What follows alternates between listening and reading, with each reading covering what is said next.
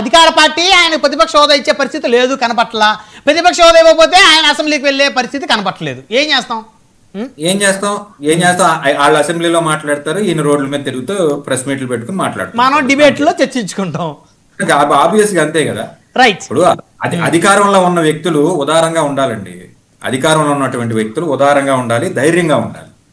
అమ్మో లేదు మేము ప్రతిపక్ష హోదా ఇస్తే జగన్మోహన్ రెడ్డి మా బట్టలోడు తీసి ఎండగడతాడు అని చెప్పేసినటువంటి ఒక భయం ఉందనుకోండి, ఖచ్చితంగా ఎవరు జగన్మోహన్ రెడ్డి గారి ప్రతిపక్ష హోదా ఇస్తే ప్రభుత్వాన్ని దడదడలాడిస్తాడని భయంతో వాళ్ళు ఇవ్వట్లేదు అంటారు. బయట ఉండి దడదడలాడించట్లేదా? ముచ్చెమటలు పట్టిస్తున్నాడు జగన్మోహన్ రెడ్డి. కాసేపు జగన్మోహన్ రెడ్డి ఈ రాష్ట్రంలో లేడు అనుకోండి, కూటమిని ప్రశ్నించే మగాడు ఎవడన్నా ఉన్నాడా?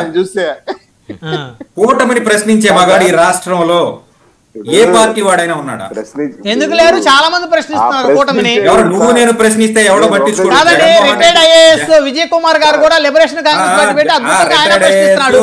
ఆయనకి జగన్మోహన్ రెడ్డి గారికి తేడా ఏముందండి? ఆయన కూడా చర్చా వేదికల్లో ప్రెస్ మీట్ లో ప్రశ్నిస్తున్నాడు, కోర్టులో కేసులు వేస్తున్నాడు. మాజీ ఐఏఎస్ విజయ్ కుమార్ గారు లిబరేషన్ కాంగ్రెస్ పార్టీ అని ఒక పార్టీ పెట్టాడు. ఆయన కూడా జగన్ గారు ఎట్లా ప్రశ్నిస్తున్నాడు టీవీ చర్చా వేదికల్లో, అదే విధంగా ప్రెస్ మీట్లు పెట్టి ఆయన ప్రశ్నిస్తున్నారు. ఇద్దరికి పెద్ద సమస్య ఏంటంటే